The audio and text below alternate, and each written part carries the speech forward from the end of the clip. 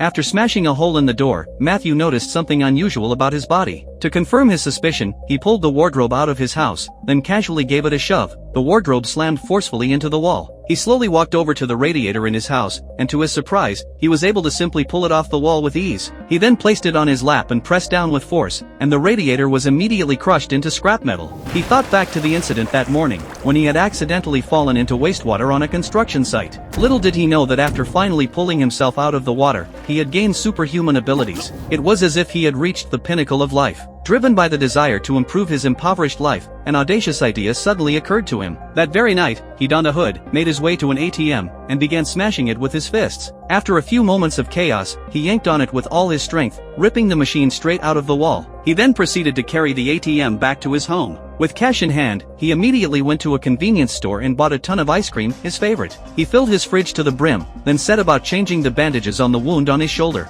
To his shock, however, the wound had already fully healed, leaving no scar behind. Even his muscles had become more solid. While Matthew was still stunned by this turn of events, a sudden scream came from his neighbor's apartment. He slowly stepped out of his home and, as he reached the stairs, saw a group of thugs bullying the woman downstairs. Unfamiliar with his new powers and uncertain of his abilities, Matthew lacked the courage to intervene. He pretended to walk by, heading down the stairs. Unexpectedly, as he paused at the stairwell for just 10 seconds, the gang leader slapped him across the face and told him to get out of the way. The leader then pushed the woman into her apartment, intending to have his way with her. Just then, a man suddenly burst through the window of Matthew, the same one who had been slapped earlier. This time, he wasn't going to let them get away with it. David, seeing someone approach, took a swing at Matthew, but to Matthew, it felt like a mere itch. In the next instant, Matthew effortlessly lifted the 150-kilogram David off the ground, and, to everyone's shock, he casually hurled David through the air.